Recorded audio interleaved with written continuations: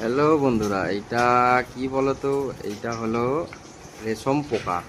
আর রেশম, যেটা রেশম তৈরি হয় তার হচ্ছে পোকা। এইটা দিয়ে রেশম তৈরি হয়। রেশম একটা গুটির মতন হবে। এটা যখন আর একটু বড় হবে, বড় হয়ে একটা রেশম গুটির মতন হবে, সেটা থেকে রেশম তৈরি হয়।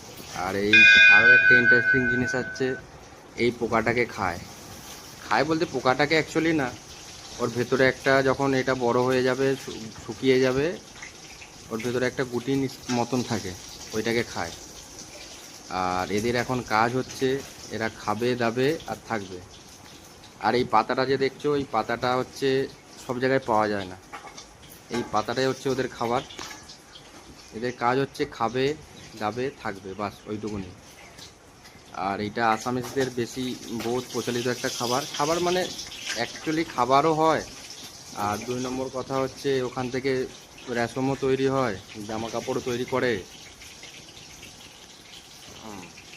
কত সুন্দর দেখতে লাগছে দেখুন। আপনারা কোনোদিন এই খাবারটা খেয়েছেন নাকি কমেন্টে জানাবেন, অবশ্যই জানাবেন। আর এইটা হচ্ছে আসামে মেন হচ্ছে প্রচলিত। এদের হচ্ছে, এরা হচ্ছে চাষ করে এখানে।